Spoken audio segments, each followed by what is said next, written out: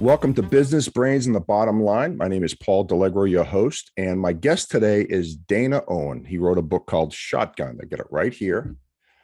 Unbelievable book. Welcome to the show, Dana. Thank you, Paul. So, Dana, we have a little bit of a mutual connection. Bobby Martini, you worked with him, and we'll touch on him a little later. But I read your book, and I got to tell you, I read it in one day.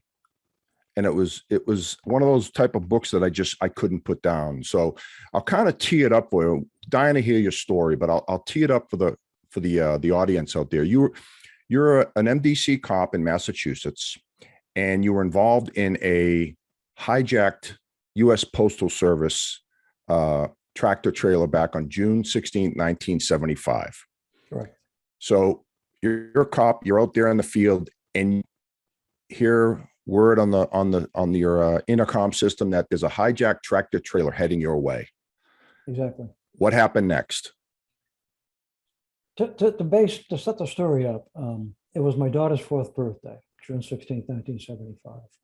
I'm driving to work on my 1972 Dodge Dart, listening to my FM radio, and the song Monday, Monday by the Mamas and Papas comes on.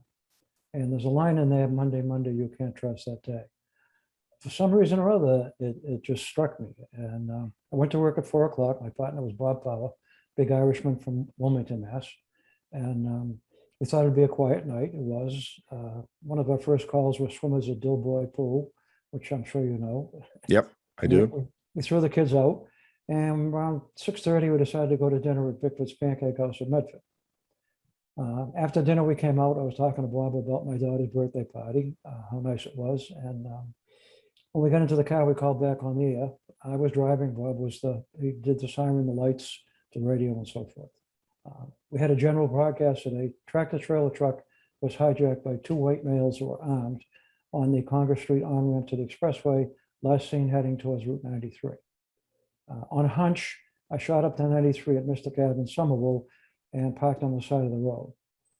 We're only there for a couple of minutes, and a tractor trailer went by with 2 white males in it, which you really never saw 2 guys in the truck at the time. And police work being 90% hunches, I took off after the truck. Followed behind him, my partner called it in. Radio communications back then were really bizarre. Channel 1 on our radio was headquarters to all the cruisers. Channel 2 was the cruisers could hear the other cars and what was going on. You had to change it to go back and forth. So we're following the truck. My partner calls it in. He says, we're following a tractor trailer in New Hampshire Red such and such, northbound on 93 towards Roosevelt Circle.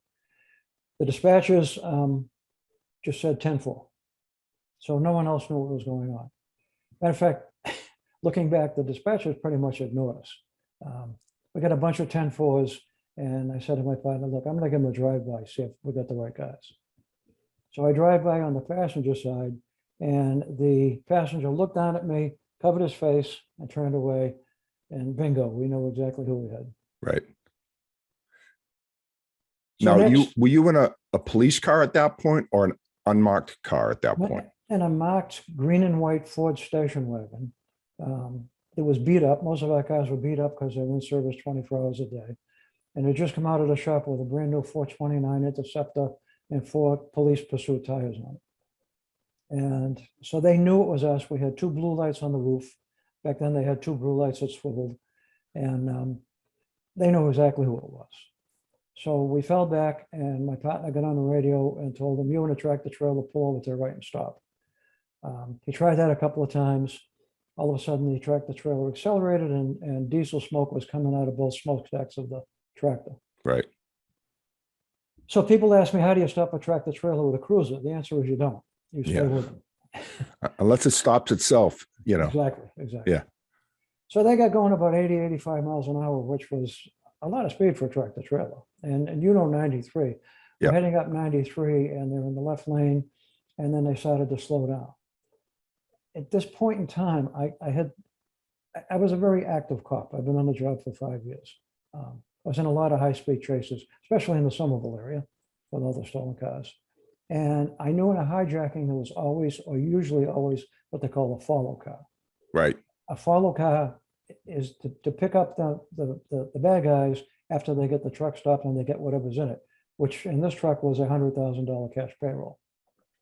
Matter of fact, when we recovered the car afterwards, the getaway follow car, it had a big pair of bolt cutters in it to get the lock off the back door. These guys had planned this job for 30 days. So they pull over by Spot Pond and Stone, right where there's a ramp underneath the bridge and some concrete abutments. My partner's telling them, get out of the truck with your hands up. Nothing. We both get out and took cover behind our doors, drew our 38 caliber revolvers. We weren't issued shotguns in those days. So between us, we had 24 rounds each that we could have fired if we had to. Poorly gunned, you could say. All of a sudden, a brown Ford LTD pulled up beside me real slow in a breakdown lane. And the right rear door was open, and I couldn't see anybody in the back. I saw two guys in the front. I instantly knew it was the bad guys. Right. That was the trail car, right? That was the follow trail car. Exactly. Yeah. So it pulled up to the front of the tractor trailer a little bit, and my partner was maneuvering over to the right to take cover behind the abutment. I saw the passenger come running in front of the cab of the tractor trailer in a trench coat, which is kind of funny in July. I mean, June. Right? Yeah. And he had a revolver in his right hand. And I told him, stop or I'll shoot, and all the good old commands you always give that everybody ignores. I thought of shooting. I was a pretty good shot, but that was a really long distance shot. And all the traffic was going by on 93. If I missed him, I easily could have hit a bystander. Right. So, it's always like the bad guys don't think of those things, but the good guys think of the collateral damage that can be caused if you have an errant shot and hit somebody, right? Exactly. They have no rules to abide by. Period. Yeah. So he dove into the back of the truck of the getaway car, and they took off with the tires screeching. They started up 93. The driver got out with his hands up and kept pointing at the car and said, I've been hijacked, I've been hijacked. There was no doubt we were going to go after the three. There was actually four guys in the car. I never saw the other one. So I accelerated so fast when we get in the car, the doors just slammed shut and we were off. We're going up 93. My partner's calling it in. Now the dispatchers are paying attention to us and they're going, use caution around. I feel like saying, no shit. No kidding. So wasn't my job. So I was driving, not bragging, I was a really good wheelman. Within a short period of time where they had four big guys in the car, I was right on their rear bumper. They pulled into the left lane, which was actually covered with rocks, little pebbles, still there. And they were doing about 100 miles an hour. And I was about 3 or 4 feet off their bumper. And there was no way they were going to get away from me. And Route 128, which is now 95, wasn't far away. And I felt there'd be a roadblock there. We'd be all set. Unfortunately, they felt the same thing. And a wheelman took a hard right across all the lanes of traffic. And I took it right behind him, and we got off at Montville Avenue. Okay.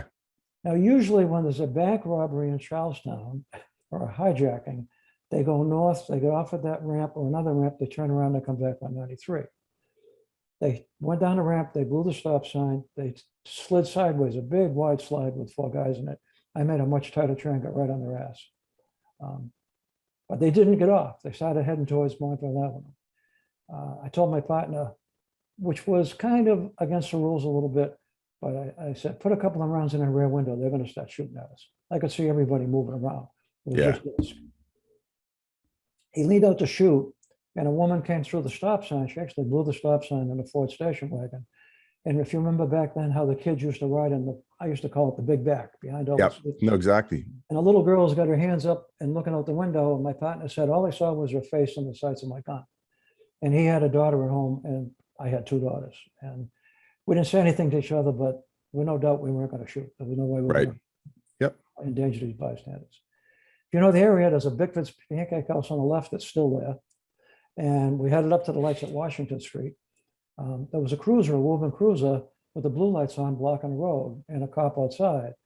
And I'm going, we finally got a roadblock. He's either going to shoot at him or something's going to happen. To my amazement, he waved them through and they took the left. Why did he wave them through? I found out later, after my people talked to him, like myself, he felt it was an unmarked car. They were flashing their high beams, and he heard sirens. He assumed it was their siren.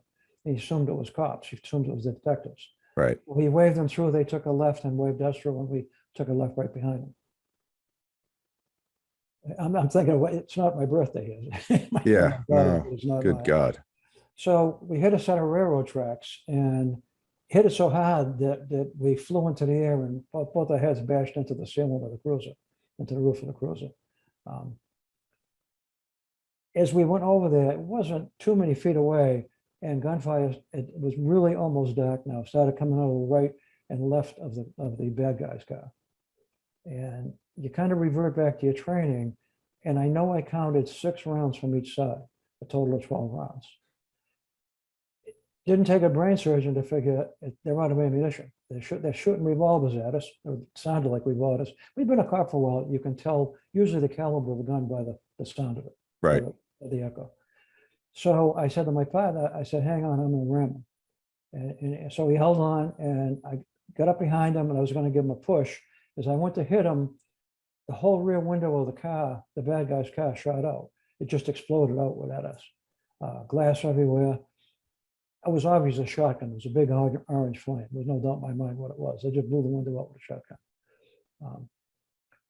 I heard some of the pellets hit the car, assumed it was double O buck.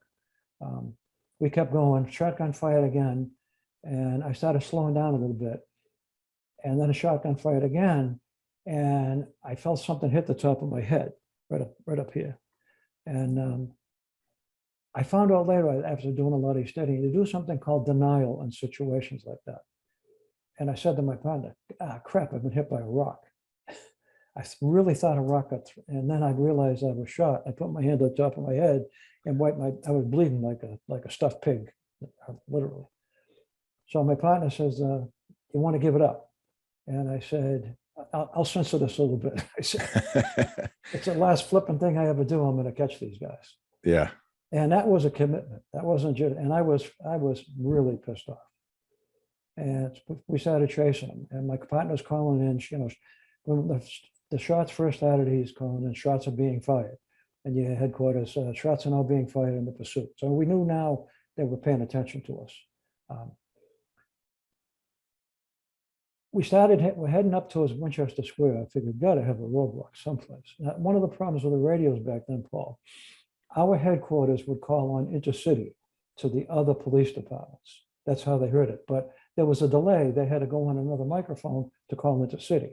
So there was a delay, maybe up to a minute from the time something happened till the time they called the other agencies. Right. The communications obviously back then wasn't what it is today. Right. McDonald's had better communications than we did. So anyways, we're flying now. We're doing 80, 85. The speed limit's 35 on these back roads of Winchester. And they passed about 4 or 5 cars. I've been in a lot of high-speed chases. I knew if I didn't pass, I lost sight of them, it was all over. We were either going to lose sight of them or they were going to bail out and be gone. So I said to my partner, hang on, I'm going to pass the cars. So I'm flying by all the cars. As I come over a little raise at Swanton Street, there was a 7-Eleven on the store on the right. They had either hit or got blocked by a red Mustang at the lights. And there was no doubt in my mind they were all going to open up. So I decided I'm going to duck to the left, and it shows a right in the screen, but I ducked left, and a bullet caught me right here in the forehead. I got a nice little dent in my forehead. So that's the second time you got shot. It's the second time. We believe it was both times with double O buck from the shotgun. At least that's what they told me when they did the ballistics and stuff. What did it feel like? It felt like somebody hit me at full swing with a baseball bat in the forehead. If it wasn't for the headrest, I think I'd ended up in the back seat. The impact was so hard. Yeah. They say in the movies, your mind goes into slow motion. Trust me, it does. Everything slowed down big time. I started thinking, well, I'm out of it, but my partner can fight back. So I threw the wheel to the right, and I skidded to a stop right up close to them on my side. So that he had cover. He had cover from the cruiser. They started shooting again. They actually had extra ammo and had reloaded now. So they reloaded the handguns and the shotgun, and they're shooting again. I thought that guy in the shotgun was going to run to the cruiser and finish me off. So I tried to get out, put my left hand on the door handle. Everything was going in slow motion, but I started losing my vision. And as I'm falling out, I got my revolver in my right hand, and it started to fall out of my hand. I couldn't hold on to it. As I'm going, I see it's a stainless steel 38 heavy barrel revolver. I can see it tumbling towards the street. And I realized I'm going to smash my head on the street, my side of my face. So I put my hands up to the left side of my head, and I hit the ground. As I did, my gun went skittering across the street, as they say. I heard the car take off. I heard the car screech after a lot of gunfire. And I'm laying there, and I didn't feel any pain at all, zero, nothing. I felt absolutely no pain. I felt like I was losing consciousness. My partner comes over to me and he says, "You okay?" And he called in the radio. I heard him call Officer Down. I used to see that on like 1 Adam 12 or Dragnet or something. Right. Yeah. All the police shows. Right. For whatever reason, it sounded strange to me. But now it's not a show anymore. It's you. Yeah, and I said, "What are you doing? This isn't a cop show." He says, "How are you?" I said, "I don't think I'm going to make it." Just factually, I remember saying, "I don't think I'm going to make it." And he said, "Don't be crazy." He said, "You got to fight." He says, "Don't give up." He started shaking me. He said, "You got to fight." And that was the best thing that he ever did, because I started fighting. My wife was a registered nurse at the emergency room at the time, and I knew that shock could kill. And I knew if I got 2 in the head, I was definitely in shock. And I'm lying in a puddle of blood. And I could hear him calling for an ambulance and turbulence. So all of a sudden I heard, sounded like an old woman, and she's screaming, "Oh my God, they killed him. They killed the poor officer. They killed him." And she's screaming this. And I can't see it. I can't see anything now. I'm blind. So the next thing I remember, or I thought I was blind, I see the brim, the Smokey the Bear hat of a state trooper going, "What can I do for you, brother?" I said, "Get that woman the hell out of here and get me to a hospital." And the first thing I wanted, which was crazy, was get her out of here. Yeah. So I don't remember much after that. I remember being laying on those police cars were ambulettes. They had a fold-up stretcher on the back and an oxygen bottle in a wooden case. We transported somebody to the hospital. If they lived the way we transported them, they probably were going to live, because it was so, outdated. There were no ambulances. There was an ambulance. Probably would have taken a half an hour to get an ambulance there. Yeah. And we were 10 minutes away from Winchester Hospital. I wanted to go to Mass General. I knew that was the biggest trauma center in New England. And Jerry Gately was driving, and Dave Daly, a good friend of mine, got in the back with me, and we're taken off to the hospital. Sirens screaming, tires screaming.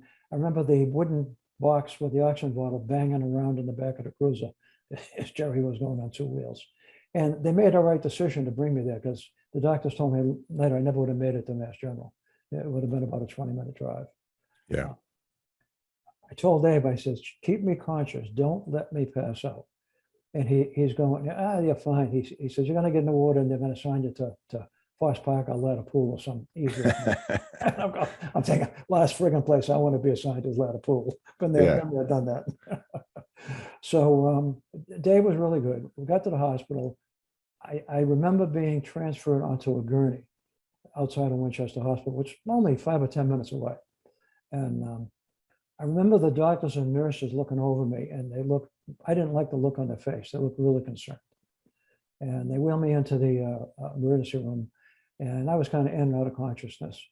And the doctor started shaving my head to see how bad the wounds were. And one of the nurses were there, and I tell you, my wife was a nurse. I had nothing but respect for nurses. One of the nurses said to me, "You're too critical. We can't give you anything for pain." So I said, "Can you get one of my buddies and I can bite a bullet or something?" Trying to be throw a little humor, but Yeah. I was scared to death. Of course you were. How could you not be? Right. I remember somebody brought in a little tiny 12-inch TV into the emergency room. And I thought that's really strange. They wanted to watch the news. They wanted to see what was going on. So I'm laying in there. I was in there for a long time. And Dave Daly comes over to me. He says, "Look, the watch commander is on his way from headquarters in Boston, and in my car." And he says, "I'm going to ride with you and pick up Sandy, my wife." Years before in the academy, Joe McCain, who was a detective who you know about, Yep. Leo Papille came in and gave a speech in the academy. It was about a guy named Sullivan who got shot 4 or 5 times in the face, one of our guys, by a kid in a stolen car.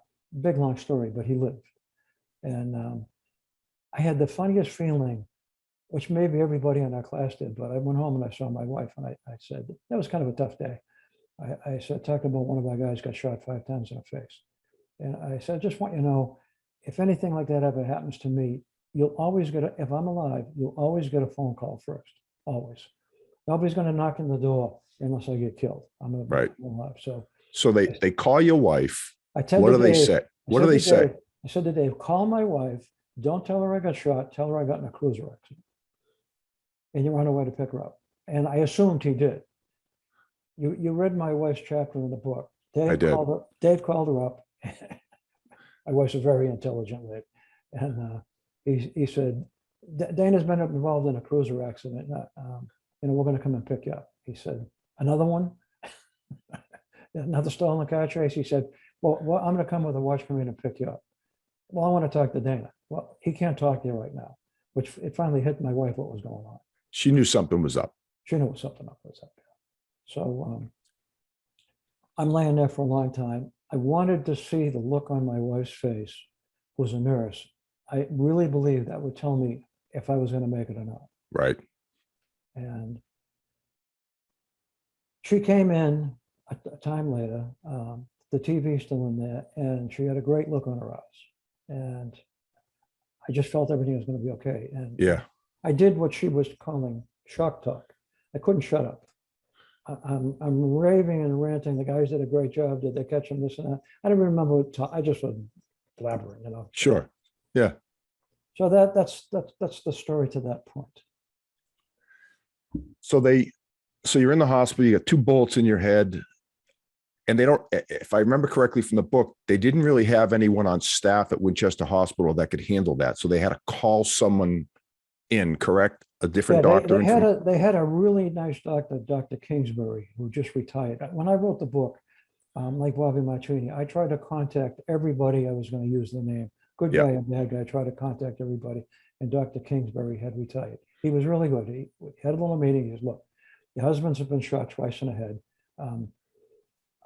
We've called I'll call him a brain surgeon in Boston. And the cruisers are going to meet him and bring him in here. And I said, that's fine. He said, you're going to have to go into surgery. And I said, whatever. I was pretty much out of it by then. And pain was just starting to really hit. Pain hit first when I asked the nurse for a bullet. It was starting to sink in. Yeah. So things were kind of crazy. And the nurses were all over the place. And I changed the name of the surgeon because he's still alive. And as you saw in the book, I don't know. I don't know. He was a cop hater from way back when or what, but saved my life. But that was about it. So he comes in and he looks at me and he says, "You'll be fine. I'm going to fix you." And we had a sergeant, Frank Thorpe, had a big gut, had two bandoleros on the shotgun in his hand, and he comes in and he sees me. How you doing, Dana? He was my sergeant that night at the Fells. I says, "I'm doing okay." He says, "You're going to be fine." He says, "We're going to get the bastards and kill them." And the surgeon says, "So you mean I'm gonna have somebody else to patch up?" And Frank just looks at him, turns around, and walks out the door. And you could cut the tension with a knife. Oh, I can imagine. Yeah. So they wheel me into surgery. My wife tells me, "Look, I'll be there when you come out. You're not going to remember it." And it gives me a kiss, and they wheel me into surgery. I go into this little surgical room. It's really cold, and they're going to put me under. And there's a big black fly buzzing around the emergency room. I'm going. I said, "There's a black fly up there." And the nurse says, "No, you're hallucinating." I said, "No, there's a black fly. Look." I didn't want him in my head. Right? Yeah. So they're standing there spraying the fly. I don't know if they ever got him or not, but they put me under. Yeah. Next thing I know, I woke up in the recovery room. And there's a guy, big tall guy, and I knew him from someplace. I don't know who the hell he was, but I knew him. And he said, "Dan, I'm Dave Rodman from Channel 7. I said, "What the hell are you doing in here?" So the nurse standing behind him says, "He told me he was an FBI agent." I said, get him out of here. That And damn media. Can't trust them. Unbelievable. I got to back up a little bit. While I'm in the accident room, after my wife was there, all of a sudden there comes a news bulletin. The Red Sox game was on. There comes a news bulletin. MDC police officer shot and killed earlier tonight in Winchester. Story at 11. Yeah. Which my wife heard too. Nice. And my mother heard too. Yeah. Well, your wife was with you, so she kind of knew that was bogus news. My wife was in the waiting room by then. She wasn't with me. Oh, okay. That's right. That's right. She'd had no idea. She went crazy. She went over and talked to the nurse. What the hell's going on? She's, wait a minute. She calls upstairs. No, he's in surgery. He's going into surgery. He's doing fine. So that was both. We realized how the press was. And Rodman got thrown out. And I got an MDC guard on the door after that. So you had a funny line actually in your book about, and I forget at what point this happened, but the doctor says to you, do you want a priest? And I'm not sure how I'd respond to that, but you had a funny line to respond to that. I'm a Welsh Irish Catholic boy. I'm still a Catholic and brought up Catholic. And the surgeon, who already wasn't my favorite guy, reading the chart, flipping through the chart, and he says, I see you're Catholic. You want a priest? I said, do I need one? Said, that would have been my response, I think. What do you, excuse me, doctor, you trying to tell me something here? I didn't know that they had called a priest in. I didn't know there was a priest outside. I had no idea. Yeah. So I said, do I want one? I said, do I need one? He says, do you want one? We went back and forth about 6 times. He said, no, I'm going to fix you. I said, then I don't want a priest. Okay. Fair enough. Now, whether or not that was a good decision, it turned out it was, but back then, the last rites usually meant you were going to die. Right. Or extreme unction. I didn't want that. I didn't feel I would die. I also kept thinking of, it's my daughter's 4th birthday. If I die on her birthday, she's going to have to do this every single year. Yeah. That kept going through my mind. Yeah. And you also mentioned in the book that you lost your dad when he was 32 years old. So you had to be a pretty young guy, and you didn't want the same fate for your kids. No, I was 3 years old when my dad died. My dad died of a service-connected. He was a platoon commander in the Normandy invasion on D-Day. Survived that, and then got sick and died. And I was only 3, and that just kept going through my mind. Yeah. Yeah. Think about that. It'd be a terrible way. Every year on your daughter's birthday, she had a birthday present that she never wanted, I'm assuming, Exactly. So how long, kind of fast forwarding, okay, how long were you in the hospital?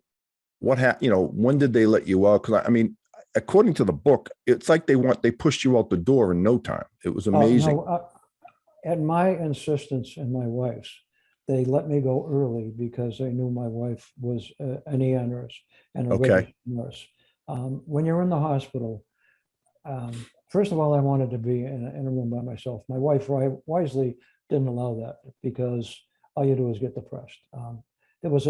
Winchester Hospital was a country club back in the day.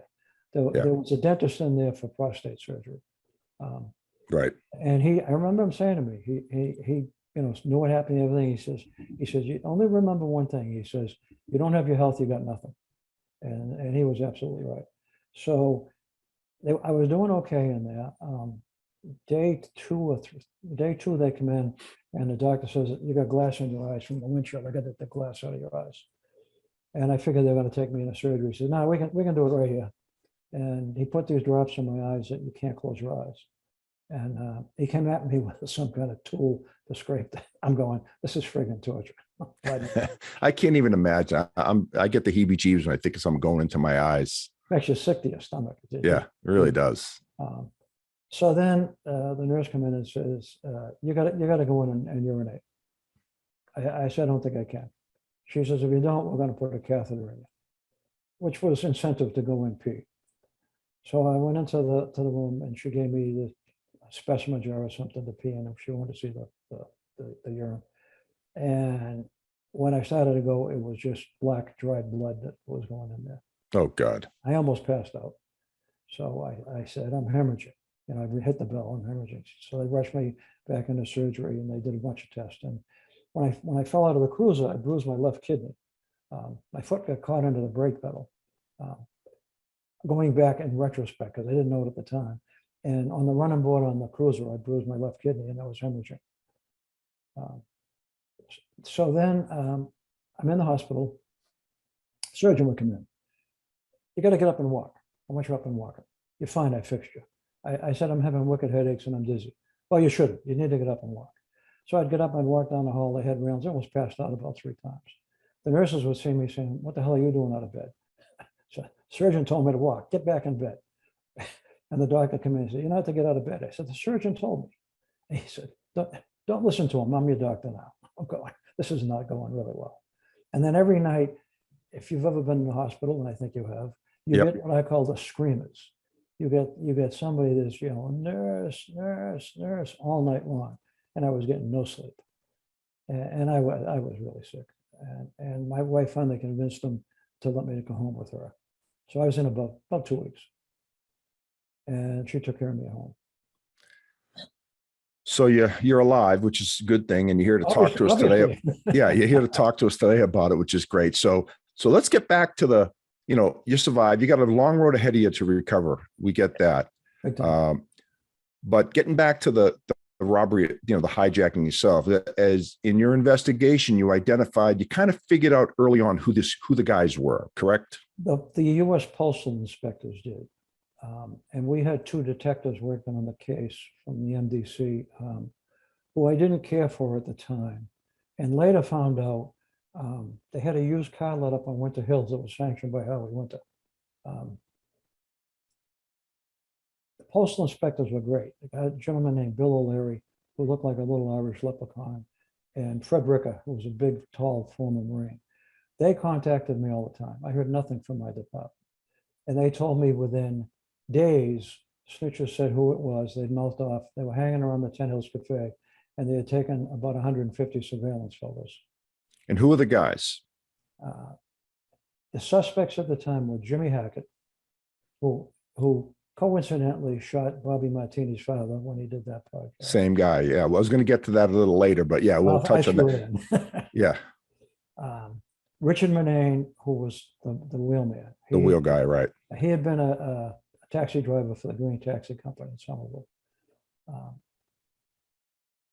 John Grider, and who was supposed to be in the right front, and David Toppy.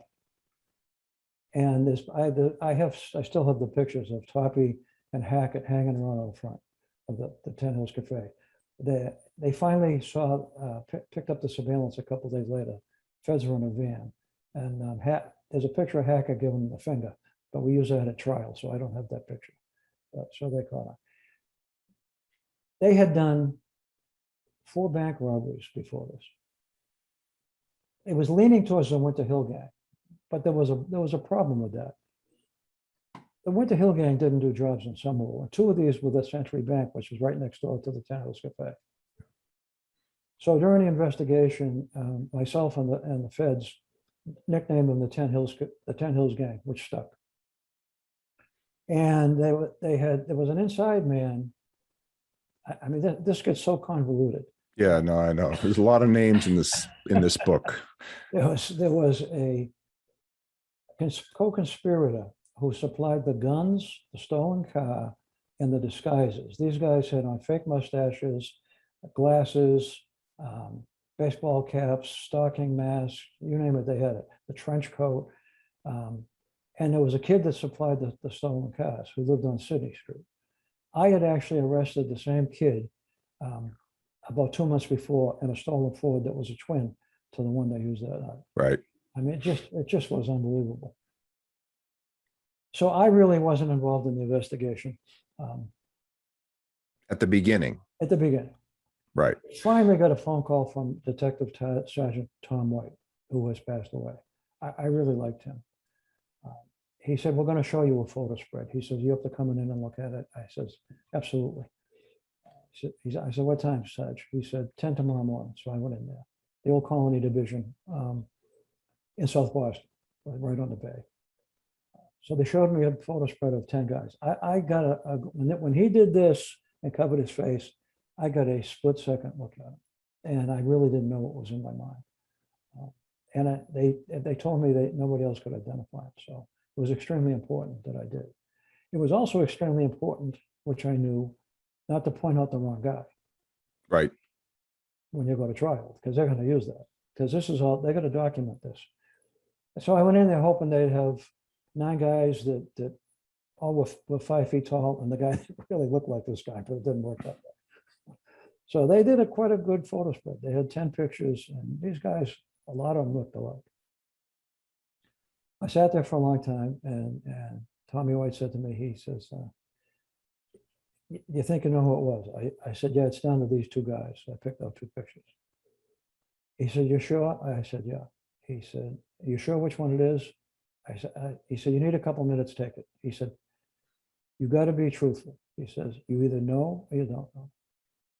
So I told him, after a long time, seemed like an eternity, I said, I don't know. I can't pick the guy. It's one of those 2 guys. He said, okay. He said, it'll go down as you couldn't pick him up. He says, if you were going to pick him out, which one you think it was?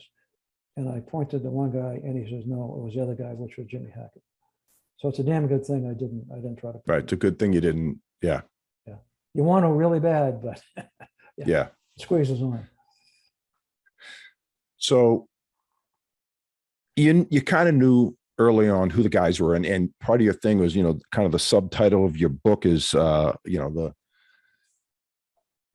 the long ordeal of a wounded cop seeking justice. And you were determined. I mean, it took, in the end, it took you 11 years to get justice on all these guys, but you got it.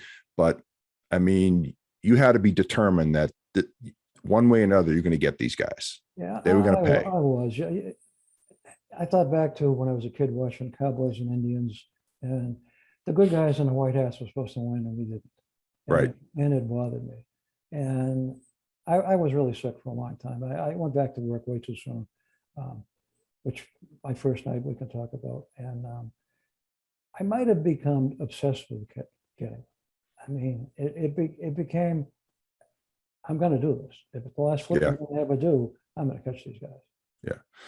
So and then along the way, I can throw in, I found out we were put in for some awards in the Medal of Valor, my partner. right. It was a commendation committee, which consisted of a captain from headquarters, a lieutenant, a sergeant, and a patrolman. And I knew the patrolman. He was in our union. And he told me what happened at the meeting. They ran the whole thing up, and the captain says, they shouldn't get a thing. They didn't catch anybody. And that irritated me so much. It kept me going all those years. It really Now, did. they didn't talk about the potential lives you saved and the damage that crew would have done, and you stopped them from at least doing that. You took 2 bullets to the head, but you probably saved some wasn't a lives. big deal to the well. Once we did the investigation and we interviewed Ryder, he said we had handcuffs in the car. We were just going to handcuff the driver. Well, there were no handcuffs in the car. Yeah. They were going to kill him. Of course they were. No doubt in my mind. So we saved his life. We saved what the post office would admit to $100,000 cash payroll from Boston heading to White River Junction, Vermont, to pay the postal guys. And we actually got a $250 reward a piece for doing that. They had to waive the rule that you couldn't accept more than a $50 reward. So the postal guys were outstanding. Yeah, nice. So you start surveilling, or when you say you, I mean the police start surveilling the 10 Hills gang, and you started to get involved in that, and you started trailing them a little bit. And then during that time, you noticed that they took a trip up to the Hilltop Steakhouse up in Saugus and came back. Tell us about that. Why you thought that was odd? I sat on a place, mostly Tommy White kind of knew what I was doing and pretended he didn't. The postal guy said, look, you need something to do. You can sit on the cafe whenever you want, write down numbers, let us know who's there, just keep us informed, because we got other cases we have to work on. We feel bad, but we've got other cases. And so did the detectives and stuff. Plus, as you know in the book, the NBC detectives, which we'll get to in a minute, those 2 guys weren't interested in doing anything. Yeah. So I was sitting on them one night. I would sit on them in my car. I would put cold plates from the Fells, which were boxes of, that got lost or what, that didn't come back to anybody, because these guys could get a listing as fast as I could. Right. Period. Yep. And they could get a phony license in a day. So They loaded into a car, which was a Ford. And I couldn't really see exactly who it was. It could have been Richie Monet, but it could have been this other guy that hung around the cafe who was the alternate wheelman. And they took off. I said, shit, I'm going to follow them. So I followed them up the Linfels Parkway, and they went into the Hilltop Steakhouse parking lot. And I'm going, oh, they're just going for a steak. My wife and I used to go there every Tuesday for steak. I love the Hilltop, which is kind of bizarre. And you know the next story. Yep. Well, they went through the parking lot and they left and they took off, and they took off at a pretty good rate of speed. And I started following them. I went following them all the way back to the Ten Hills Cafe, and police jargon, that's a timed run. They're looking to see Right. how long it takes them to go to the Hilltop and get back. So I went in and saw our detectives the next day. I'm in uniform, and the detective unit was across from the tactical unit I worked in. And I told them what happened. And the detective lieutenant, and the more I thought about it, I don't blame him, he said, I told him what happened. He said, that's great information. You know, write it all down and we'll look at it. Probably thought I was out of my friggin' mind, you know. First of all, I'm not supposed to be working on anything. And unfortunately, 3 days later, I get a call from 3 or 4 days later, October, it's in the book, early October. Postal inspectors called me. Hilltop Steakhouse was held up. They shot and killed the Wells Fargo guy, and it's our guys, and they recovered a gun at the scene that belongs to Grider. So I was living in North Reading at the time, and the feds went in and they talked to the North Reading cops, which went poorly, I guess. Turns out the informant who gave them a list of guns that turned up in my case, which I didn't know, and then also turned up at the Hilltop, was a retired or a former North Reading cop. So they got in a big pissing contest, and the North Reading cops threw him out. And the feds called me, and I went in and met with them, and we became the best of friends, and we all started working together. I became the middleman. And the investigation proceeded. We really still had nothing. About 6 months to go, it's a 5-year statute of limitations. Shortly before that, I get a knock on my door at about 9 o'clock at night. And I went to the door with a gun every time. And I stick the gun in my waistband, I go to the door, and it's a federal law enforcement official who hands me a big folder envelope, huge. And he says, Danny, you're going to need these. And he walked away. And I know who he was. And it was all the FBI reports on the banks that the statute of limitations had expired on. So I called up the feds, and they said, we're going to try to have you work on the case. I went into in uniform, talked to Tommy White and the lieutenant detective, and they said, and I'm figuring they're pissed because I tried to do an end run around them. And I got assigned to the feds in plain clothes and worked on the case. And things rolled around, and I had I told you the story, I had to send information from a Somerville guy that it's too long a story, but it just didn't work out. And he said, you got everybody right in the car, but it was Peter Hackett, it wasn't David Tucker, which is Jimmy Hackett's brother. And a lot of people started telling us, these guys were getting on the Ten Hills Cafe, which I'm sure you know, and they're doing coke with all the beers, which I guess was a downhill with the cafe eventually. And they're mouthing off, and they're telling stories all over the place about this stuff. So we had it all. Now we're down to, it's probably Peter Hackett. So we go out to Wisconsin, because Grider's in a federal penitentiary. He got second-degree murder for the Hilltop. He pled out, testified against Hackett. Ten Hills gang threatened all the jurors, and they were found not guilty, which was a real travesty. Yeah, I can't believe he got off. Hackett got off on that one. There had to be a million witnesses, right? Just I went to, they had me come the first day he was arraigned in Lynn Court, and he had a lawyer named Harvey Brower who eventually went to jail for coke, I think. And when they're interviewing witnesses on the stand, Howie Brown was going, what was your name again? And what's your exact address? And the bad guys, none of the ones I know, but they look like leg breakers, were sitting behind me writing down all the information.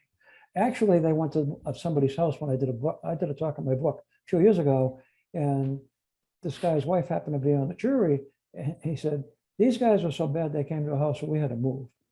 And we called the state police, and they did nothing. Yep. So crazy times. Unreal. So we go out, we interview Grider. Right. He's in Wisconsin. Now you go out there and you're trying to see. Now, were you going to offer him a deal to? He wanted just to testify. He wanted all kinds of stuff. He was already told ahead of time through his attorney, Ralph Champa. The only thing you're going to get is you'll get a letter from us that you helped us on the case. And if you testify, it'll all be noted. But we're not cutting you any kind of a deal, you know? Plus, you know, the courts, if he's in for second-degree murder and he's only going to do 15 years, he's going to walk a lot sooner than 15 years. Right. And he got in a beef in prison, and there was actually a contract on him, which he knew. So it was crazy. So we went in. I still got the tapes on Grida. I got to get them made into a CD. And he named Peter Hackett as the fourth guy. And that's what he's going to testify to. And when we went in, to put it nicely, we never really told him who I was. I was worried, and I put in the book that he'd know who I was. He had no idea. Yeah. So you're sitting there and you're the guy that got shot, but he never knew that. No, and I showed him my badge and stuff real quick, like you see on TV.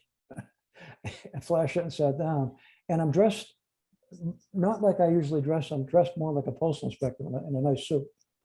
So we wanted him to think I was a postal inspector, but we didn't lie. Right. Because that could bite us.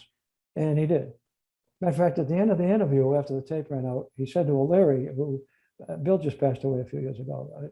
Bill was a great guy. And he had a wicked Irish sense of humor. So Grida says to him, he said, John, you want to say anything else? Yeah, I want you to know I'm not a rat. These guys dumped me in the street in Somerville. He said, you know, I never got a nickel of the money. And he says, you know, they treated me, I'm not a rat. And he says, no, you're not, John. He says, we understand what you're doing. He says, anything else you want to say? He says, yeah, how's the cop we shot doing? So Larry looks at me with a smirk, and I'm going, this isn't going to go well. And he says, next time I see him, John, I'll ask him. That's funny. Well, so now he basically confirms who the other guys were in the hijacking and the guys that shot you. So now what do? You got confirmation from him for sure. We went back, and the feds were running the show. I was an investigator. I did everything I could. And they had to get all the tapes transcribed and presented to a grand jury. We had been turned down 3 times before. The U.S. attorney wanted to be 75% sure of conviction, and they would not go 3 times to a grand jury. The U.S. attorney with Paul Healy, another gentleman who just passed away recently, tragically, wicked nice guy, really businesslike. And I got called in to testify before a grand jury. And I went to federal court, and in Lynn, the Tent Hills gang was threatening everybody and joking around in court and so forth and so on. So I go up to the old building in Boston, and there were about 6 or 7 of them grab assing and outside the courtroom. And that didn't go over well with me. I know there were warrants from my investigation on 2 of the guys. One was for burglary. I think the other one was for stolen cars. So we went in and I told the U.S. attorney, and he called on some U.S. marshals who were upstairs. And they verified one of the warrants, and they'd locked the guy up in the hall. And they didn't say, nice. You're under arrest. And the rest of the guy looked really confused and had that deer in the headlight look, and they left, and I never saw him again. So when I testified before the grand jury, I'm expecting people in business suits and women in dresses and stuff. This is like going into romper room. They're reading magazines. They've been listening to cases for about 6 months on, white paper crimes. And when I got up to testify, when I got into shooting, like I told my story, everybody started listening. If you ever seen the movie Flashdance, it reminded me of that, when all the judges, when she's doing her dance, they're all perking up and getting interested in what she's doing. So you didn't break out into a dance in the courtroom, did you? No, I was good. No, I didn't. In fact, my trademark, and I know you have your trademark hat on. I thought of a different trademark. I had a scaly cap, but I also bought cowboy boots. I thought that was kind of neat, like Wyatt Earp when I wore plain clothes. And when I talked to Paul Healy before the testimony the day before, I said, Paul, is there anything I should do, anything I should know? He said, no, you're doing great. What you're wearing is right, but get rid of those cowboy boots. So he, like I said, he kept it nice.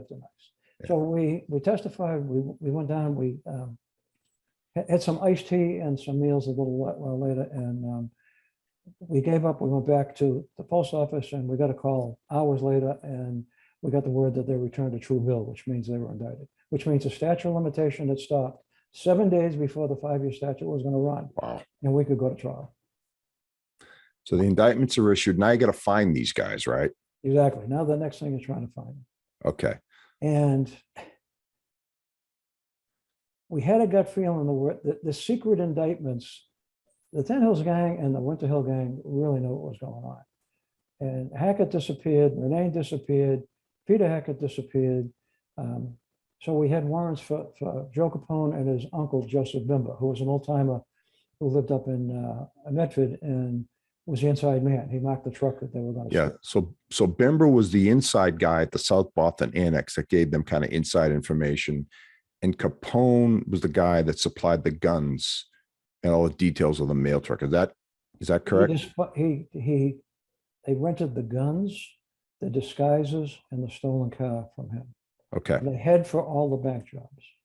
Got it. And he walked when they had the Hilltop case. He was never indicted. The Hilltop case. I tried to get the files, and Saugus police had destroyed them years ago, and it was poorly done.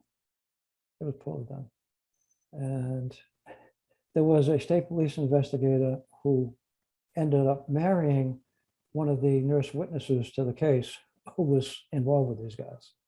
And I always had my doubts. I've always been a suspicious person. But what happened in that trial that blew it with a couple of people, they had the people, there was a woman who lived not far from me that I knew, I happen to know, who the guns were hidden in her horse barn in a trunk. And they brought her in and they brought Capone, they brought another guy in, the snitch, and they said, did you see some guns in disguises at 123 Main Street? And they said, no, because there were like 231 Main Street. They asked them the wrong question. So they couldn't get them for perjury. And the feds found out that they did that. I don't know how they found out. Must have read the whole transcript and asked them the right questions. So we go in and Ryder testifies. I'm not allowed in because even though I was an investigator in the case, I'm a witness. I can't hear any other testimony. Right. Judge Skinner, who was portrayed in the Woburn water case on TV, had scoliosis, was kind of bent over, was a no-nonsense judge. They had a organized crime lawyer whose name I leave out on purpose, who was actually defending Raymond Patriarca in some cases. He was big time. So Capone had a lot of money and a lot of hook. And Skinner told them that there'll be no outbursts in my courtroom. First time I warn you, second time I'll put you behind bars for 10 days. So that went on, and I go in and I testify, and I'm in Healy's office. I'm having coffee. My head feels like it's going to explode. I'm having so much coffee, and I'm a nervous wreck. And I go downstairs, and Judge Skinner comes out on break with his I could forget the title, but his clerk of courts. Skinner walks over to me and he kind of whispers to me. He says, I don't like your witness. And he walks away. my stomach fell to my feet. I'm going, crap. So the Fed said, what did he say to you? I said, nothing. I said he kind of liked me. I don't know. He said nothing. So later on, he has his 15-minute meeting. He's coming in. He makes a point to walk over to me, which nobody ever knew. I never did it till it was in the book. And he looks at me and he says, but I like her. You got a set of balls. This is a federal judge, and he goes to the courtroom. So I was a little more thinking we got half a shot at this. So at the end of the trial, which was 6 days, the U.S. attorney said to me, I want you to, I was always sitting with the postal inspectors, he said, I want you to sit behind the bad guys and fold your hands and look like an altar boy. I said, okay, I can do that. He said, I don't want any facial expressions whatsoever if something happens. Okay. His courtroom, he knows what he's doing. I have no idea. So I sit there and he gets up on his final closing and he says, ladies and gentlemen of the jury, and I put the exact words in my book. He said, I think it was 6 years ago. 6 years ago tonight, this very night, almost to the hour, that officer was laying on the street wounded. Tonight he sits here awaiting the truth, awaiting justice. And the attorney jumps up, mistrial, screaming and yelling.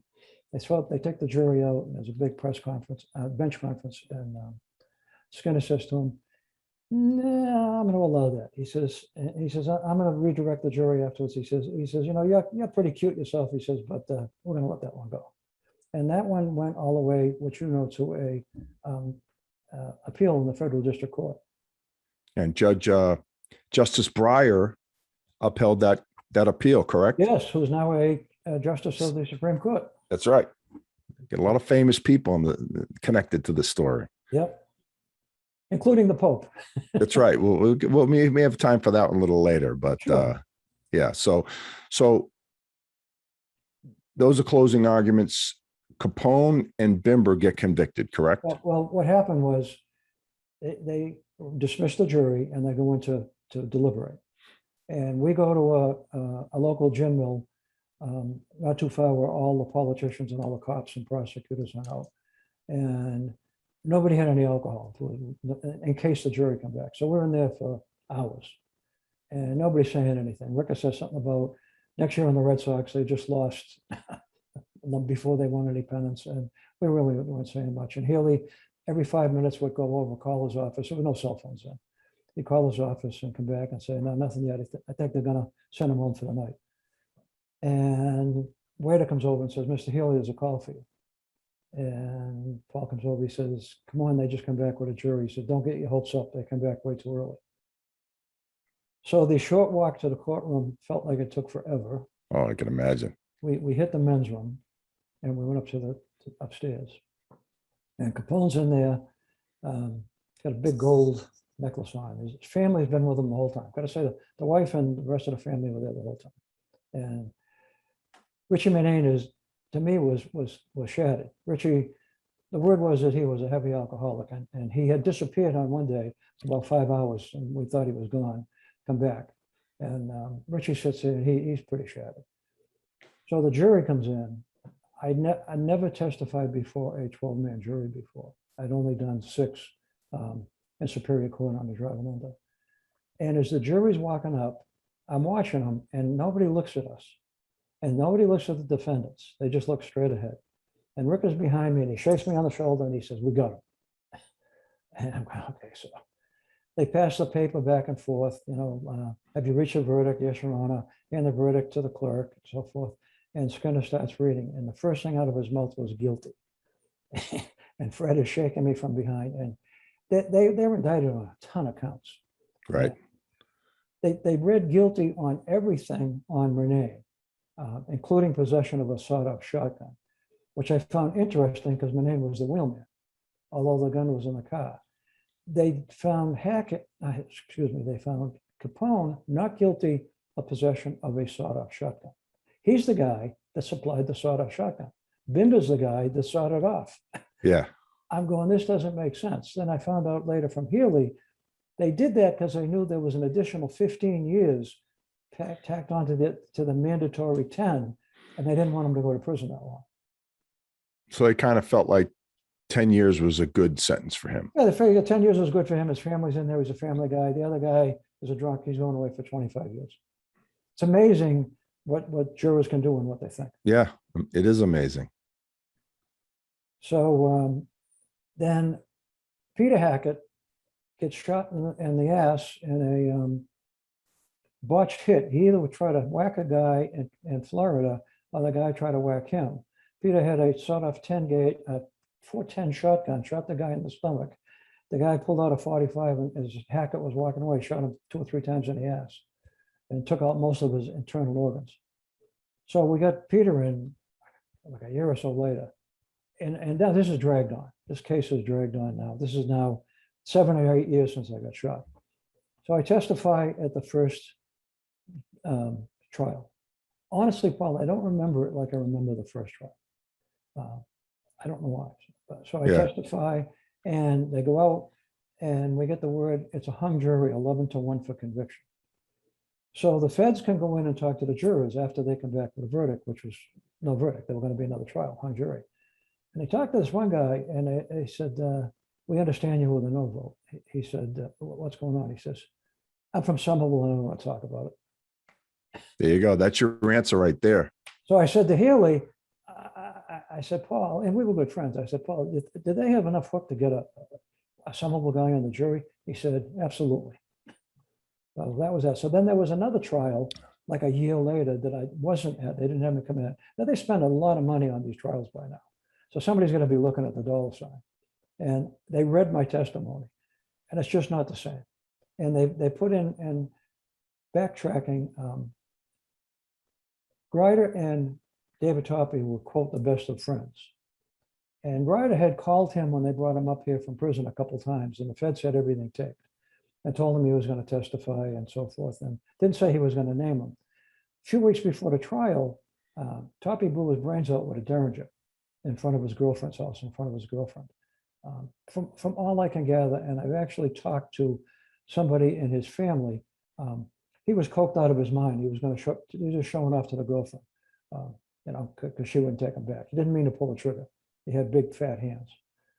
So we never knew if Hackett was the guy. I got to believe he was. He was found not guilty. Honest by that time, it didn't matter. Right. Now, Jimmy Hackett has, through some big hook he had, has gotten a visa with another guy named Summerall from the 10 Hills Cafe. They go to Kuwait.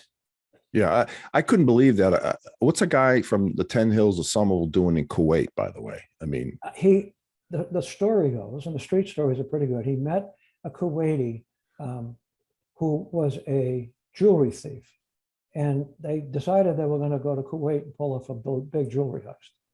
So him and Sullivan, through their connection, get visas, and I actually traced the name. One guy, they were real names. One guy lived in Haverhill, the other guy lived in Tewksbury, I think. And they go to Kuwait with the quote jewelry robber. Well, the jewelry robber is a snitch, so they get some disguises. They go in with a toy gun and they hold up a jewelry store. And the Kuwaiti authorities come to the hotel about 2 hours later and arrest them all because the guy's a snitch. So, and I've got pictures that I put in the book. Hackett's over there holding the toy gun, and a little different when you get arrested in Kuwait. So he gets 10 years at hard labor out in the desert, both of them. Figure we never see him again. right. So one by one, you're getting justice, but now Hackett's over there. You got to wait for him to get released, right? Yeah. Now and you guys tried extraditing him, correct? Yeah. First thing I said when I went over to the postal office over in South Boston, I said to Bill Larry, "What the hell is Kuwait? I never heard of it." He said, "That's over in the desert." He said, "I called the State Department." He said that things are really unstable over there. They're not going to let us go over there. I wanted you and I to go over. I think I don't really want to go over and get my fingers chopped off, you know? Yeah. So we couldn't do anything. So he said they will call us when he gets out of prison, is the deal. Well, now it's 11 years later, and Hackett's still over there. 11 years since I've been shot. And I get a phone call at home from Bill. I hadn't talked to Bill in a long time. And so Bill says, "Dana, Bill Leary." I said, "What's up, Bill?" He said, "Hackett's on his way back to New York. We're going to arrest him. The Kuwait authorities just told us." Great. He says, "I hate to tell you, but you're going to have to testify again." I said, "No, hey, you know, last guy," I said, "that's the guy we want the most, no problem." Yep. So I talked to Bobby Martini in between time. There's not enough time in this podcast to get into all those stories with Bobby, but Bobby had told me that the word was Hackett lost an ear and a couple of fingers, and maybe an eye in Kuwait. So we go into federal court, and Hackett's in one of these jumpsuits. He looked pretty good to me. He had all his eyes and all his fingers and all his ears, and he's staring at me because I'm sitting at the prosecutor's bench. I don't even know who he was, but he just didn't like the prosecution. So they arraigned him and everything, and Paul Healy calls me home, and he says, "Dan," he said, I want to run something by you." And he said, "I'm going to go with your decision." He doesn't have to do this. He said, "Half of the witnesses we can't get a hold of, a couple of them are dead." He said, "It's been a long time." He said, "I really don't want to go to trial on this." He said, "I'm going to offer him 5 years." He said, "But he's facing 25 additional." And he says, "I know how to do this." He said, "But you got to tell me that's okay," which I don't. Naturally, that's his call. Yeah. He was just being a gentleman. Yeah. He that was a courtesy to you, obviously. Oh, right. Totally. You know. So I said, "Paul, go for the 5 years." I said, "That's great." So I go into court and he gets a 5 years. I'm all kinds of happy. They sent him to the Salem House of Correction, awaiting transfer to a federal prison. Now, Bobby and I have been talking. I was 99% sure there was a contract still out on Hackett. But yeah, so let's back up a little bit.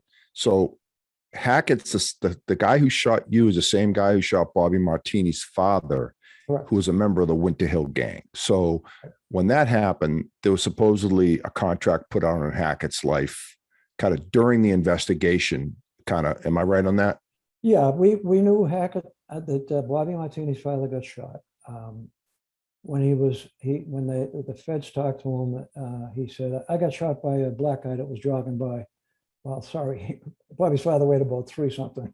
He wasn't jogging down the street. Yeah, So exactly. we knew they were going to take care of it. And Yeah. the word on the street was there was a contract put out on it. I don't know how that works. I have to assume that the Winter Hill gang, because Bobby's father, more than being in the Winter Hill gang, he was a good friend of theirs, and he held Right. court at the bar room. Yep. And probably the last thing that the head of the Winter Hill gang wanted to see was Bobby's father shot. So they put Hackett was coked out of his mind. As a matter of fact, there was two informants in the 10 Hills Cafe that one of the detectives, he was a former Somerville cop, Jackie Dwyer, had, and they told us that night that Hackett and Sullivan went in, got a sawed-off shotgun. The other one bought by a guy when he bought mine. I mean, it was so intertwined, it was unbelievable. Yeah. And they went in and they shot his own man. So we figured there was a contract on it. And as you had Bobby on there, there was a contract on it. Yeah. So Hackett goes to prison and let's put it this way. He goes to prison. You'll tell the story better than me. awaiting transfer to a federal penitentiary. He's there for about 10 days. O'Leary calls me at home again. He says, "You're sitting down?" I said, "I am now." And I collapsed back in the recliner. I said, "He escaped, didn't he?" He says, "No, he's dead." You got to be shitting me. Which my standard response, but he said, "They said he died of natural causes, asphyxia, from Yeah. the time of the desert." And within a day, the word was out. They put a pillow over his head and suffocated him. Yeah. Don't know. Honestly, the investigators and the pathologists really didn't care. Yeah. We can speculate, we can speculate what we think it was. Was it the Winter Hill gang, getting revenge for Bobby Martini shooting? Who knows? No one knows, right? Nobody knows. So net, it took you 11 years and you finally got justice for all 4 to 5 guys that were involved in that hijacking and shooting. But what's ironic to me is not one of them ever got charged with assault and battery with intent to murder you. They all either died, put away, got killed, and convicted of other crime, but they never, that's the ironic part of this. You got justice, but they never got them for what they did to you. Now, the story behind that is Ryder got into a fight in Dedham, in the prison in Dedham, and they transferred him to Walpole. Well, Champa and him, they had I never saw it, they had a written agreement that he would never do time in Walpole because he knew he'd be a dead man, knew there was a contract. Yeah. They transferred him to Walpole anyway, after he gets in a fight. He's only in Walpole for, I don't know how long, a short period of time, and he gets stabbed in the stomach. After he had gone through all of this crap. By the way, we didn't do the hilltop. We got to do the hilltop at some point in time. He gets shot in the stomach. He gets stabbed in the stomach. Right. And his lawyer files a lawsuit, which I didn't know about. We have a meeting in what was called the SCIP unit, Special Investigative Unit in Boston. The DA or their assistants from Suffolk and Middlesex County were there, along with a lot of high-ranking officials. I'm there with Tommy White. And the feds said, we need state immunity for Greta to testify. And they talk back and forth. No, we can't do that. So Larry says, "What do you mean?" And Tommy White says, "Hey, look, my cop got shot in this. What do you mean we can't do this?" Well, he's got a lawsuit against us for sending him to Walpole, and we're not going to expose ourselves to that kind of right. liability. So I get up to say something and Tommy White grabs me by the sleeve and says, come on, we're going outside. He said, don't give him the satisfaction. I was so pissed off. They never were charged with shooting me. The state would never spend the money to do it or get involved. Now, I should have got the press by that, but the feds were so good to me that I couldn't. Yeah. And Tommy White, who I reported to, and he's the only guy that knew what the hell I was doing, stood behind me the whole time. So I had to look at the whole experience. The whole experience was, we got him, it went well. Yeah. But there were a lot of bumps in the road. As soon as it was a roller coaster ride, as soon as things went good, they went to shit. Why'd you write the book? I always ask I've had several authors on. There's always a reason. I kind of could guess at it, but something had to compel you to write the book. Yeah, I had a lot of people over. Yeah, you got to write a book on this. You got to write a book, and I kind of wanted to, but I was really busy. And when I retired, I went to work for Glock pistols first, and then SIG. So I was a road warrior, selling guns to law enforcement and military. Really enjoyed the job. Couldn't do it. Got a call from Bobby Martini, of all people, one day. He says, Dan, I want to take out to dinner. Meet me at Joe Fisher, North Reading. So I go there. And he says, look, I'm writing a book. I said, you're writing a book? He says, yeah. And he says, I got to videotape and get permission from everybody. He said, we both know you're the guy that got shot by Hackett, who shot my old man. He says, I want to put your name in the book. It had been a long time, but Yeah. I had been so paranoid about my name getting out anywhere. Matter of fact, when I got shot, the newspapers are so stupid. They had my name and home address in the paper. Well, the bad guys were out on the street. Yeah. You got to be shitting me. So I said to Bobby, you can say the NBC cop that got shot. I said, but I'll let you buy me dinner and a couple of martinis. Yeah, there you go. Bobby's always good for that. Oh yeah. So that's how it went. And I'm going, boy, he's a great storyteller like I am, but he probably writes as bad as I do. And I really should write a book on this. So this really lit a fire under me. So I looked online. What I didn't put in there, Ron Goldman interviewed me in the hospital and was really good to my wife and I when I got shot. He was the only one they let interview me. If you know Ron, very distinctive voice. He was actually a North Carolina boy originally. And he interviewed me again during the, when we made the arrest, which is a good comic story we'll get into someday. And I actually got a hold of him. I called him and I said, Ron, I know you remember me. You interviewed me at Winchester Hospital and when I got shot, NBC cop. And I said, then again, we made the arrest. He says, nah, not really, not completely. He said, I interviewed a lot of people. I said, can you meet me for coffee? He said, why? He said, I had a great story to tell. I'd like to write a book on this and have you help me. To my shock, he said, yeah, let's meet at Starbucks in Winchester. So we did. And I sat there and I had my scrapbook with all the pictures and some of them once you see on the wall behind me. And except for the book because it hadn't been written. And I said, he said, well, tell me the story. So I tell him the story. And he seriously, he says, you know, you're one of the best storytellers I've ever heard. He says, but let's say what you can do. He says, write the first chapter when you got shot and email it to me. So I said, okay. So we parted it. I figured that out. I don't know, this maybe gonna go nowhere. So I did the first chapter, which is basically the same. Right. And I sent it to him and he sent me back an email, wow, with 3 exclamation points. We need to meet again. And that's how that went. And he became my mentor on the book. And we worked on this thing for 5 years. Wow. Yeah, I've heard those stories that people say, you know, people think writing a book, you sit down in a couple of days, you write a story. Normally it takes years. That's, The I've always normal heard. way to say is 2 years. Yeah. Allegedly. It took me 5. Yeah. And at So- the 4th year, we had to bring in a woman that I knew, a civilian that knew a lot about cops that worked for the agency to be the editor. Because Right. Ron and I had worked on this so long, we were just kind of stuck. You know, this chapter goes where, you know, this word goes how. And I call her kind of the closer like Jonathan Papelbon. She came in and kind of put it all together. There you go. So, you know, do you feel like you got closure? I mean, you got all the bad guys, you wrote the book. I mean, how you feeling today? I mean, do you feel? I can sit here and laugh today. That gave me closure. Everybody talks about closure and stuff, and that's Yeah. really a really bizarre word. You know, I see somebody on TV, some tragedy, and you know, talking to them will bring them closure. Well, closure didn't come for a real long time. And Yeah. I knew firsthand from other cops getting shot and other cops getting killed and going to the Schroeder brothers funerals. We did tremendous funerals. We turned out 5,000 cops from all Yep. over there. It was forgotten the next day. My story was a big story for about 2 days, and it was all gone. So, And it's on to the next one. so I made some great friends. Ron Golub and I still meet. He became a good friend of mine. He did a hell of a job. He was funny. I sent him a chapter. You know, that one really sucked. Do that over. Yeah.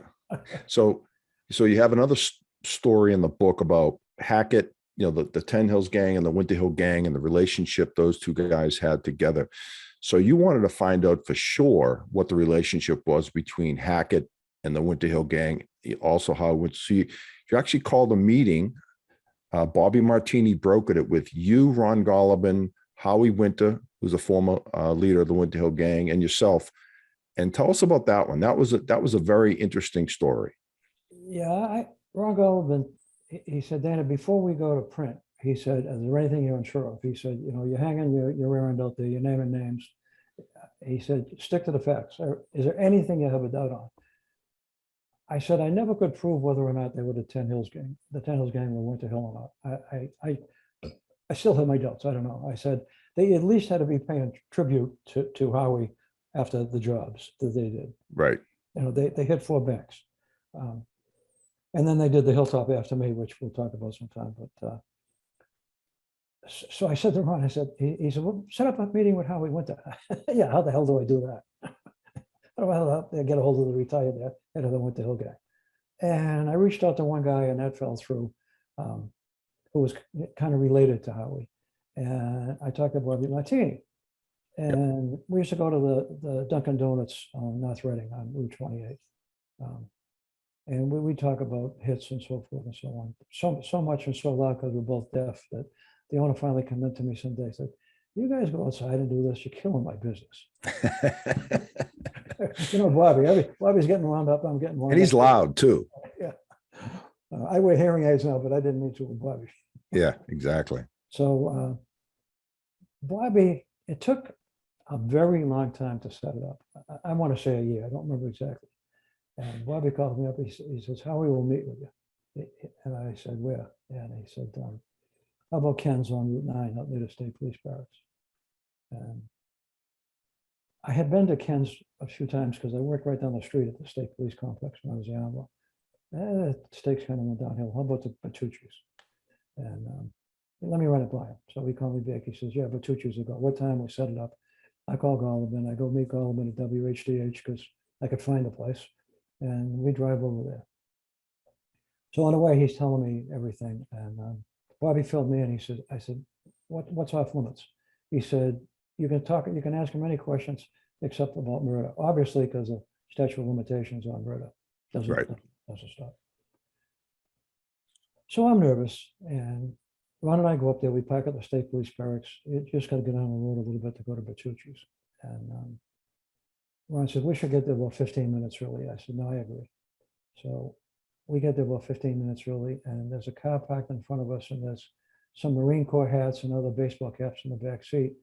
And I look at the guy, I can see in the mirror, and I said to Ron, that's Howie Winter. Now, Ron covered his trial when he went to prison, which he kind of got set up for that time, I thought. And Ron says, are you sure? I said, hey, Ron, I never forget a face. I've seen his picture a couple of times. That's him. He said, well, I'm going to go up to the car and see. I said, well, if you don't get shot, I said, it's probably Howie. So Ron goes over, sure enough, it's Howie Winter. Howie got there an hour before we did to keep an eye on things. So we shook hands and we went in, and we waited for Bobby, who, God love Bobby, he's always late. So Bobby comes in, you know Bobby when he comes in like a bear in a china shop, and a bull in a china shop. And he sat down, and it was kind of tough to break the ice. So I said, Mr. Winter, is it okay if I call you Howie? He said, sure. He said, so you're the guy that got shot in the Hilltop. I said, no, Howie, you know that the guy in the Hilltop got killed. It was a Wells Fargo guy. Oh, yeah, that's right. I'm going, there's the first test. So now I'm the guy that got shot in the mail hijack. Oh, yeah. I can't talk like him because he is a gentleman when he talks. and he passed away at 91. And the guy was just a gentleman. Ron had briefed me. If he's going to answer you, he will. If he's not, you got to read his face and try to figure out if that was a yes or a no. He said, I know these guys pretty well. So you got a retired cop, Bobby, a retired cop, and a guy that got in trouble, retired reporter, and retired Winter Hill guy. And we're sitting there, we all had iced tea, but nobody was going to drink, and we're Bertucci's. And I said, Howie, hope you don't mind going to Bertucci's. No, matter of fact, I supplied the money to the first guy that owned this place. He told me some name, which was more than likely the truth. Yeah. So we went on and on and on. He told those stories about Whitey Bulger. He called him Jimmy, and I said, and he told the story how he actually saved Jimmy's life, which he said was the biggest mistake of his career when the Clean brothers were going to whack him, because he killed the Clean. You've heard all those stories. So I finally said to Howie, I said, was Hackett tied into the Winter Hill gang? He said, no. So Ron says, did you know he was going to whack you and try to take over? And Howie just kind of chuckled and laughed. He wasn't too concerned about that. He says, no, I didn't know Hackett. He said, I did some business with his older brother. Okay, so that was kind of it. I got to go on with how he told me. Yeah. So Ron had briefed me ahead of time. There's hardly at the time any pictures of Howie, except Bobby got him to do some stuff, as you know. And Ron's a photographer as well, being a reporter. And he said, we're going outside. He said, Howie, can I take a picture with Dana? And next thing I know, Howie's got his arm around me smiling, which I put in the book. I got long lost friends. Yeah, I got a big shit-eating grin on my face. I mean, this kind of is the cap to what the hell would happen. You know, I just, you've read the book. A lot of people told me I couldn't put it down. It was like you were sitting there talking to me, but it read like a novel. It really did. It just, I found myself, I'd read a few chapters, I'd put it down, and I'd be grabbing at the book again. I just, it was a compelling story. And so to that point about the story, you were telling me that you're dealing with, you sold the rights to, I'm not sure if I'm going to say this right. You have someone that has the rights to your book that you're talking to Netflix about making a series out of it. I got a call a couple of years ago before COVID from Richard DeVideo. He's been a producer on The Blacklist. He wrote the screenplay on The Call with Halle Berry that boxed office, I don't know, millions of dollars. He did some other stuff with some other big time actors. He's big time. I got a phone call one day that I didn't take because I didn't recognize the area code. My wife said, this is a big mistake. She was right. And I thought it was a spam call. And it's this guy, he says, look, I'm calling from Hollywood. He said, I got a client that's interested in your book, you know, can you tell me about the rights and so forth and so on? I said, yeah, that's my book. How do I know who you are? He says, no, I work for such and such. So I call back and it's a legitimate agency. And I talked to a couple of people and they said, well, a couple of things are going to happen. You may never hear from them again. Right. You may hear from this guy again, say they're really not interested. About a year later, I got a call from Richard DeVideo, big time screenwriter, really nice guy. He says, I'm originally from Somerville. My dad knew all the good guys and bad guys. He said, I'm really interested in your book. He said, can we make an agreement? I said, gee, I know nothing about this. So it's called a shopping agreement. It gives him exclusive rights to shop the screenplay. Got it. That's what it was. I had forgotten that term. It was in the book too. So am I under contract with him? Yes. And I still am. We met in Boston 2 years ago, just before COVID. Super nice guy. I had some pictures. I talked to him. We're trying to go forward. COVID shut things down, and a lot of the anti-police stuff certainly didn't help. Sure. Yeah. Timing wasn't probably the best, but I think that's coming back to normal. I'm really pulling for you, Dana. Like I said, there's so much we left out today, by the way. I mean, we're on for an hour and a half right now. And I have all my notes here, and I left off half of them because we could go on for 3 hours if we wanted to do.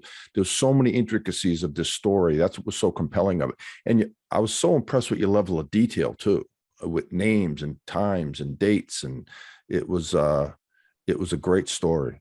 Well, the book is available on Amazon. Yep. And I'll hold it up, and we'll probably put a picture in too, but this is the book. Man, I got my shotgun with Dana Owen. It's not really showing through because I got on the front and both the bullets that hit me in the head. Yeah, there you go. That can- So But anyway, Richard he's going to pitch it. It's called, I'm learning all these Hollywood terms. He's going to pitch it to Netflix and a couple other places as a 10-part miniseries, Yeah. with an option to go for 3 years if it goes. Time will tell. I survived 2 shots in the head. It wasn't my time to go. the big question though, Dana, who's going to play you? Yeah, that's a really good question. I say a young Liam Neeson. That's what would be great for you. Unfortunately, he's too old right now, but Yeah, I was thinking Matt Damon, but he's getting kind of old too. So yeah, because you were Oh, 27 to 37, right? In that, 27. but then the next 10 years, you were like, Well, they late can do 30. that. They can make a 27-year-old look 37 with makeup. That's for sure. yeah, that's true. We got to figure this out. We need some real stud though. We want some real manly man to really portray you, you know? But one thing on closing, one thing I did in the book, and I didn't want to do, I was not a super cop. I got really tired of reading books about these super cops because it's just not true. Yeah. It's a lot of hard work. That's all. Yep. So, well, like I said, we could probably do another show. I mean, on some of the funny stories and the good stories in the book, but for now we'll let this one go as is. And I think we had a lot of great stories. I hope everyone buys the book, and I wish you the best of luck with the movie. And we'll be in touch. And I think the story's great. I don't see any reason why it won't get a TV series going, but we'll see. We'll see. Well, I really appreciate you having me on, by the way. Oh, thanks, Dan. I really appreciate your time. And again, thanks for your service. I mean, not many guys can say they took 2 to the head and lived a long life, True. So, well, that's it for Business Brains and the Bottom Line. Until next time, Paul Delegro signing off.